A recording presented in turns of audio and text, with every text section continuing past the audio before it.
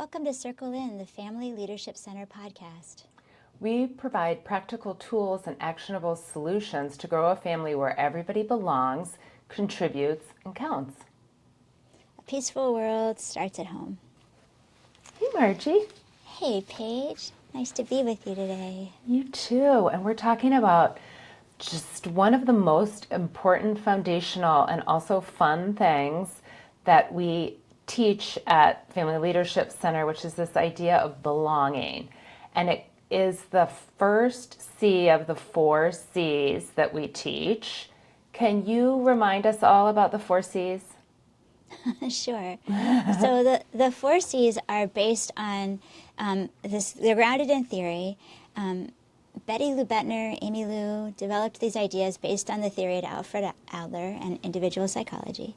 And the first C, as you just said, is connect. And it's this idea, Adler called it belonging.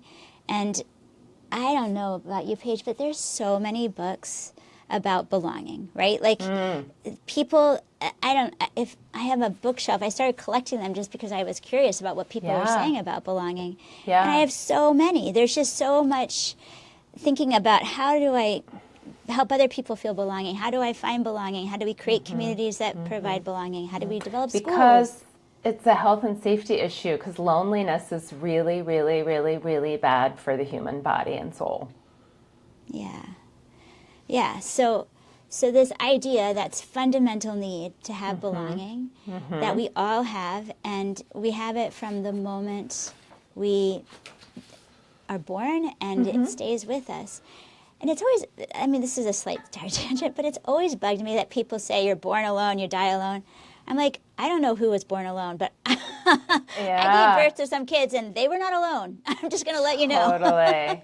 I was right there, you know. Yeah. And when you die, it's the same. Like, I mean, a lot of times your ideal is to be surrounded by the people that love you, and we're together in these journeys, you know. And there's no, we're belonging. We're connected, you know.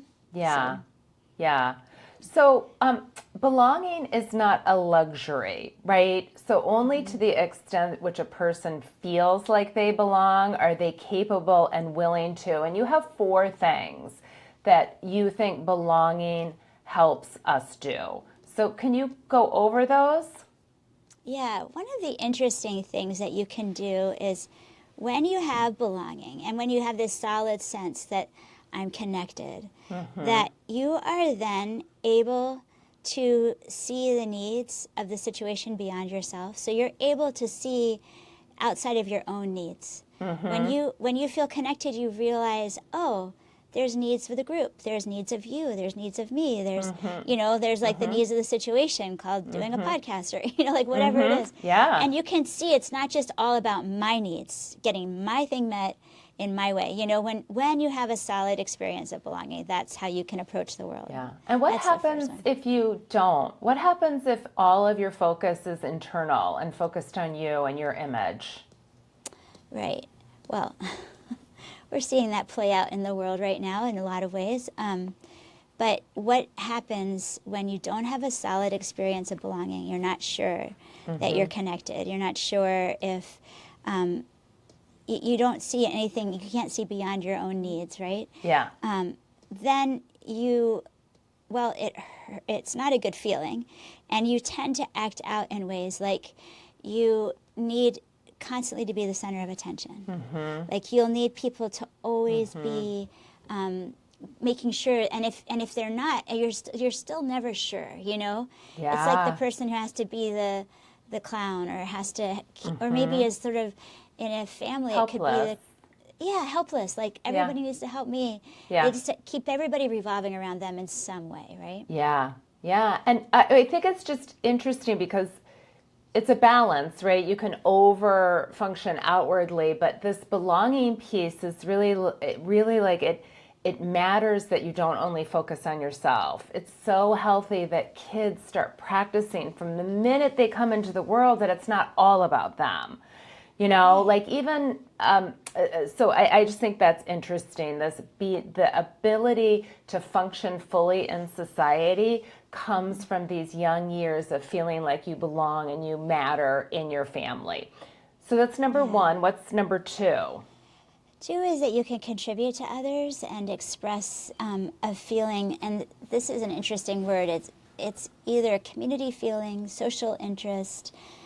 Adler called it Gemeinschaftsgefühl. It's this idea that that we're all part of something here, and that if something is good for you, it's good for me. That we can contribute to each other, and when we do that, it helps the whole. This feeling that we're together, and that experience that I need to be contributing. Yeah. That's. And when we say community feeling, like my mind goes to PTAs and potlucks, but community feeling can be in a family, right? That we're all in a community and we can all contribute and add to it. Yeah. They say that the first job of a parent or of a caregiver is first to care for the child and to nurture and to teach them to collaborate, that there's times when you wait and times when you share and times when you're, playing together and all of that. And then, so that to build that, and then the second job is to turn them out so that they see everybody else in the community and then out into the greater community. So your job is to constantly expand their circle of community and what it means, Yep. So then if they're exposed to that, then number three, what happens with number three? Right, that's where you can participate in a give and take. And you can take turns and you can celebrate each other. Wait, what? Siblings can take turns? Yeah, you can wait your turn. You can have confidence that your turn will come if it's not your turn right now. There's also this thing, sometimes parents get stuck thinking that if they do it for one child, they have to do it for the other, that you have to have this fairness thing. And when you have this sense of belonging, you realize you don't need that because everybody's going to have unique needs and unique times, and that in this family we can support each other and we all support when we're needed. We can get support, but it's not like one person is taking it all, and so therefore I have to count how much I give to one to give to the other. Yeah, cared for or something. Yeah, the fairness thing that really can derail families, but instead just we're going to meet the needs of a situation, all belong. And the last one is about resilience. And I know parents want their kids to be more resilient. I hear it all the time when I give talks, like they fall apart so easily and they're so emotional and they get really disappointed. How can belonging help with resilience? Well, when you've got a solid experience of belonging, then you can take things in stride without withdrawing or being judgmental or getting antagonistic or feisty about it not going the way you thought it was going to go. You can see you're part of something bigger than yourself, and you can contribute, and you can roll with things, and that comes from a solid experience of knowing that you belong. Yeah, because you feel safe, and you don't have to be defensive, and you don't have to keep score, because defensiveness and keeping score takes a lot of psychic energy. So when a child feels connection in a good way, briefly just tell us what that feels for the child when they're connected in a positive way. Well, it means that they can reach out, they can make friends, they can cooperate, they can wait their turn. Love it. And when children do not feel belonging, because really everybody's listening to help solve problems. So let's dive into the problems of feeling of not belonging. What happens there? Well, first experience is you think you're isolated, and it's an insecure feeling. And then the interesting thing is that you're more susceptible to peer pressure when you don't have a solid experience of belonging. And that's because peer pressure comes more from within than from without. It comes from not being sure you're enough, so you want to look out to other people and say, oh, do I belong here? Am I doing the right thing in this group? Yeah. And when you have a solid experience of belonging, your anchor is a little different, and you're not swayed quite so quickly and easily. Yeah, they don't need to approve of me for me to feel like they like me. They don't need to approve of every little thing. So, Yeah. okay, so say accidentally, what are children doing that parents are correcting in a way that probably isn't useful because kids keep doing it, but they could correct it if they focused on belonging? So, Right, so this what is where does it's it really look cool. like? How? Yeah. And can you just talk a little bit about what it looks like if you have a little kid, and then like single digit kid, and then what it looks like if you have a double digit kid? Sure. Okay. Well, and you're good with the double digits too, so we can. Yeah, But yeah. the thing about knowing what the fun thing about these mistaken goals, these core needs and these mistaken behaviors that kids fall into when they're looking for these needs is that we can know where they are also by how we feel. So let's say there's some antic going on with my 4-year-old, and Like they're interrupting or clowning around at a religious event or being a show off when you're having friends over. Things like that 4-year-olds, they do. Yeah, and like let's give a scenario. Like let's just say I'm having we have a family event going on. There's a lot of people, and we're celebrating somebody else's birthday or something like that. And then my 4-year-old all of a sudden starts jumping in and wanting to do the one who unwraps the presents, or wanting to be the one who does it all, or wants to make it about them. And it's not really appropriate at that moment. Sometimes it's okay, but that moment it's time for them to be appreciating and noticing. And you might be thinking, well, that's a lot to ask of a 4-year-old, but I don't think it is. If we can teach them, so we can preempt, and there's a lot of things we can do. We'll talk about what to do out of the moment. But in the moment, let's just say that's happening, and I've like multiple times said, hey, come on, stop. And the child stops for a minute and then goes back and keeps doing it, right? That would be a sign. It's repeated. They've been corrected a few times, and they keep going back. I'm starting to get annoyed. That's a sign, oh, we're missing a solid feeling of belonging. What can I do right now to build this? So when I feel annoyed rather than angry, it's probably a belonging problem. Yeah, right. It's Right? good to distinguish it from anger, because you're just getting a little annoyed, and you might be tempted to make excuses. Oh, that's just the way he is, right? Totally. Oh, he's it's just my clown. transition. He's bad at transitions. Yeah. He's 4, and then all of a sudden he's 6, he's 8, he's 10. Like it's just we keep making excuses, absolutely. Right? But at some point, we have to give them some training and expect them to be able to step up. Yep.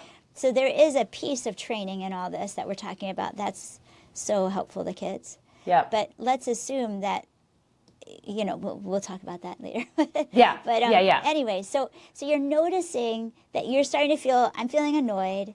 The behavior keeps happening. It pauses for a minute when he gets all the attention, but then it comes back, right?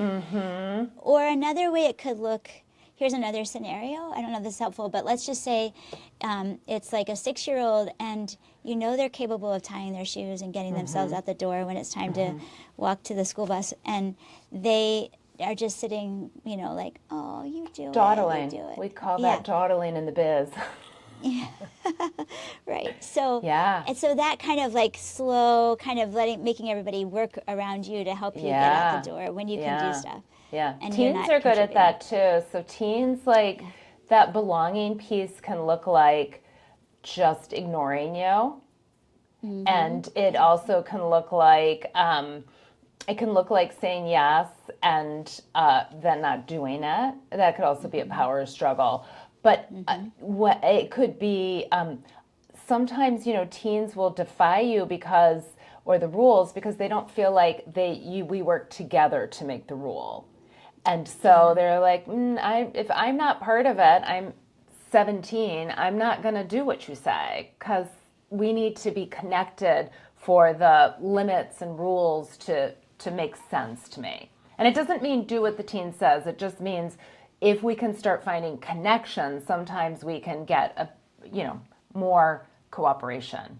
Not sometimes. Yeah. I want to say always you get more cooperation when there's more connection. When somebody feels seen and feels belonging, it just settles them down. No matter what's going on, it can be really useful to just help somebody see their place in the greater whole and let them know that they're part of it in an important way and they're needed, Yep. So, Yeah. yeah. But All right, it's so here we are with the 4-year-old at the family party, and they keep on acting like a clown. What do we do in the moment to So- shift that behavior? a really nice thing to do in the moment would be to give that little clown a job. So maybe you might pull them over and say, we're about to serve the ice cream. Would you like to go around and find out who wants vanilla, who wants chocolate, and who wants like a sorbet? You know, like give them something to do. And then say, and you come and let me know what each person wants and I'll dish it, and then you can deliver it. That would give them a way to all of a sudden experience they're needed, they have belonging, and they can contribute. And so they don't need to be the center of attention in a useless way, you know? Yeah, yeah. So that's like, Employed give a people job. get into so much less mischief than unemployed people, whether you're 4, 45. And I don't mean even having a job, but just really that useful piece that it matters that you're helping. So we can give them a job. What else could we do? It could be, there's a really fun one where you can just, without giving them your eyes and your attention, you can just put your arm around them and rub their shoulder, or do a little like squeeze on their hand and just like a little I love you squeeze, or just something to let them know they're seen, they're here, they're needed. It's not like a fierce grabbing them out of the room away, but, No, but a it's gentle, not that. Yeah. yeah. I used to call it the touch. Vulcan death grip, you know, where you would like their upper arm. But it's really like bringing them in close to you while you're focused on the needs of the situation, which is like, I love you, but I'm not going to be distracted from what it is I'm doing. And most kids, if they are missing just belonging, they will sort of relax and then go about their way and do something different. But the eye contact is really important. You can't give those kids eye contact, because then they laser focus on you and they draw you in, and then you end up in a power struggle. Right. It's so funny. So your eyes are identifying what the needs of the situation are. So let's say it's grandma's party. My eyes are on grandma and what's going on in the group. But I'm letting you know that you're part of this, and I'm glad you're here. And I'm holding you close, like you matter. But it's not time for me to give all my attention to you. It's time for me to hear what grandma's saying, you know? Or, And I think with little kids, it's so nurturing, and we don't take the time to do it, to get down to their eye level and talk to them, you know, not make an announcement that other adults and other children can hear, but to get down to their level and say, you know, whisper something like, do you want to go in another room?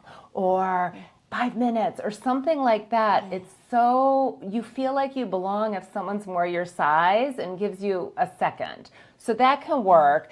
There's also a category that's one of my favorites, because I love silly and irreverent. And I think especially in families where it's serious and meaningful, it can just get us out of patterns, and that's called do the unexpected.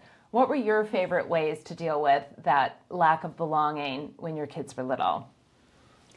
yeah, you know, that's a really fun one. Like you could just all of a sudden dim the lights, you know, or it depends on the experience and where you are and how it works. But you can find something like, maybe if you're talking, you go to a whisper, you know, or maybe a silly one can be to just like lie down on the floor and Love do something that silly, one. you For know, like fighting just be siblings.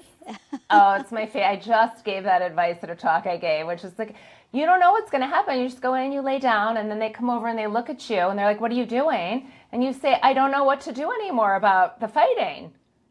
And then you just change everything up. You did a funny one with a microphone. Talk about that. Oh, yeah. Well, a fun one is to pretend like you're holding a mic and say, here we are at Grandma's party, and we have a lot of people in the room. What's going on? Let's hear from one person. Tell us how this is. You know, and then you like can ask, and you can do an interview, and you can help set the scene, do a little like redirecting through something silly, like pretending you're doing an interview or something. I love it. Then we also have act and distract.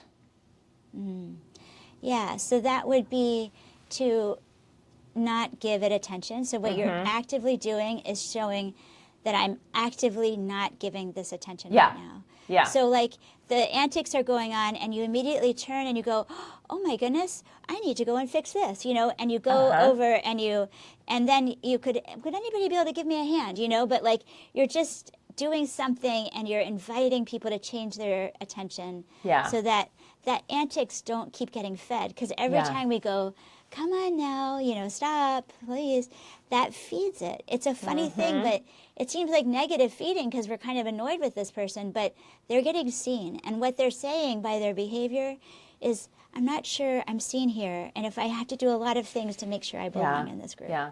What you described, Rudolf Dreikurs, who was just this, he wrote a wonderful book called Children the Challenge. He said that technique was called taking the sail out of their wind. And so you think about the child's behavior as this big gust of wind, and if you just move your eyes to what needs to get done, like you said, Margie, and was like, oh, I have to go over here and do this, and move your big body over there, then all that wind from the 4-year-old, there's no sail, and so it can diminish.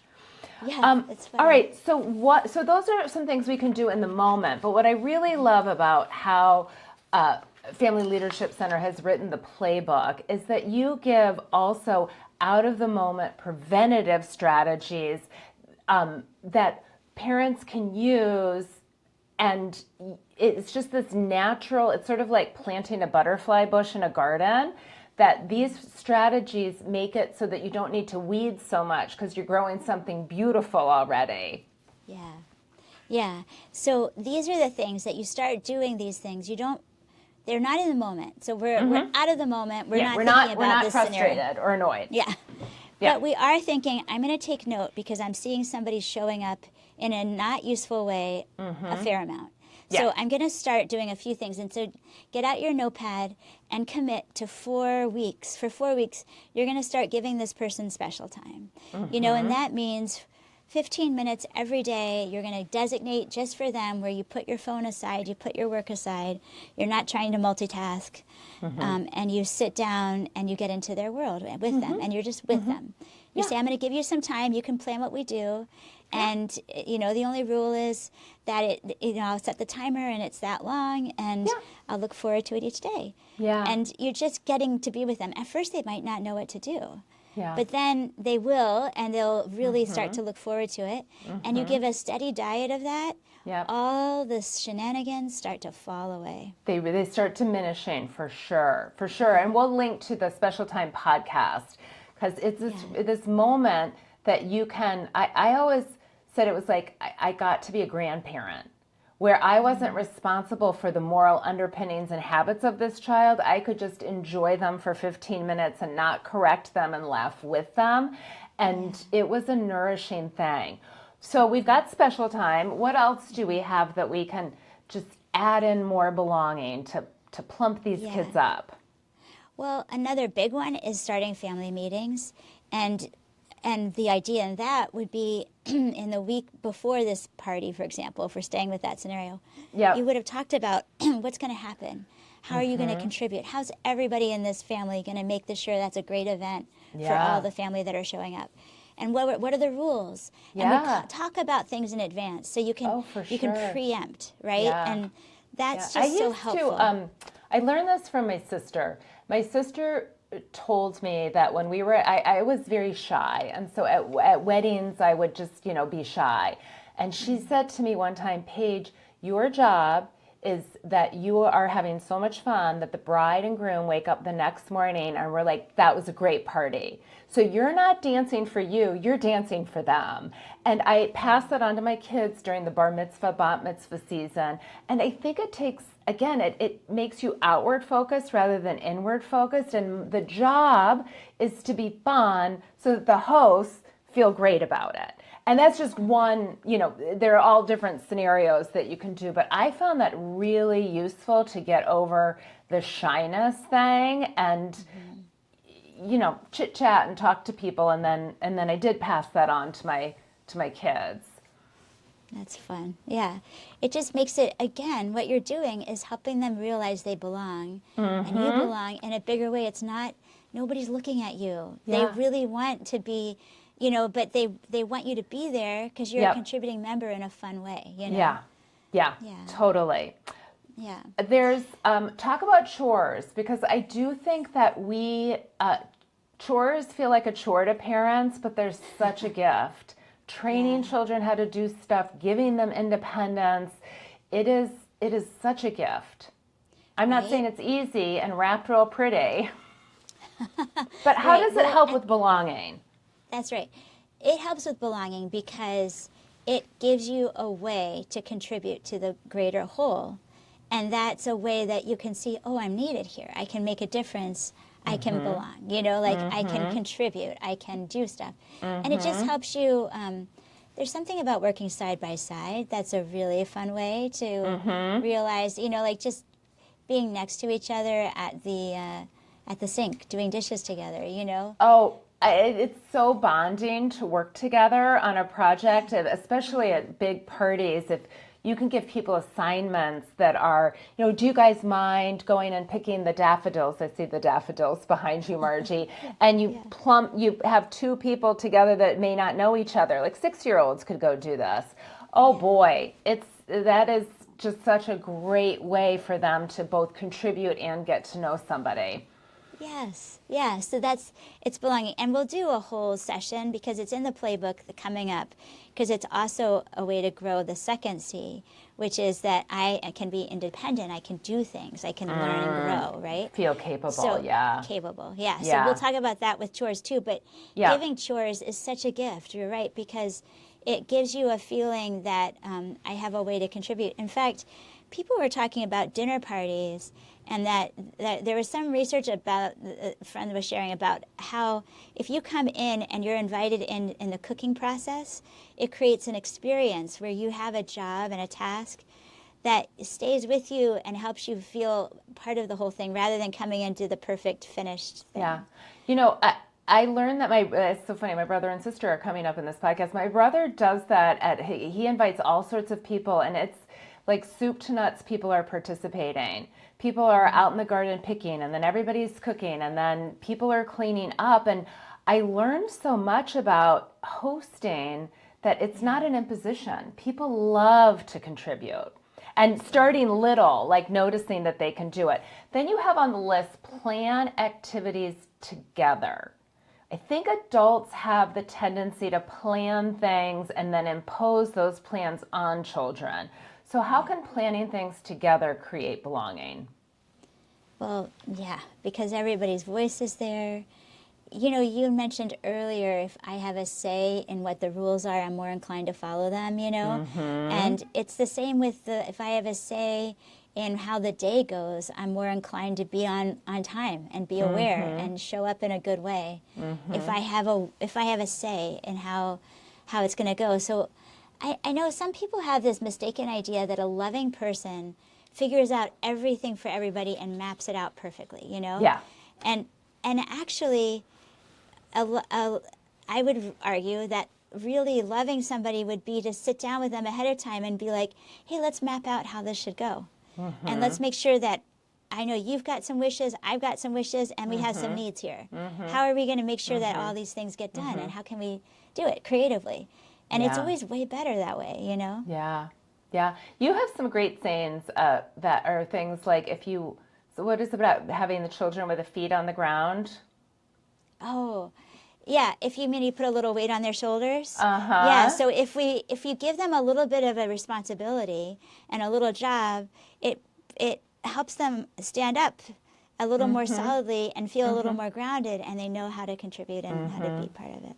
I love it. Yeah. Belonging is such a I know it's really where the gold is, and it's really where you get to know each other.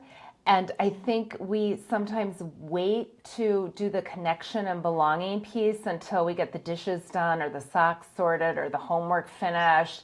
And I want parents to experiment with flipping that on its head and spending 5 minutes of doing something silly at dance party when you come home, and see whether then that, you know, everybody's belonging, and see whether that helps with the other parts of it.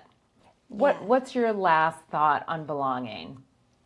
Well, something that's staying with me from what we were just talking about is how you mentioned your siblings a lot, and that siblings really matter.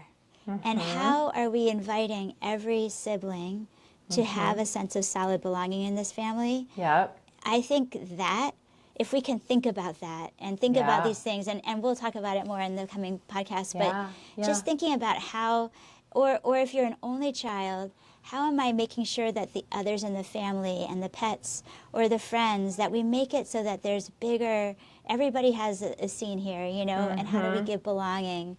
Everybody's seen here. So, like, wouldn't that be great to live in that world?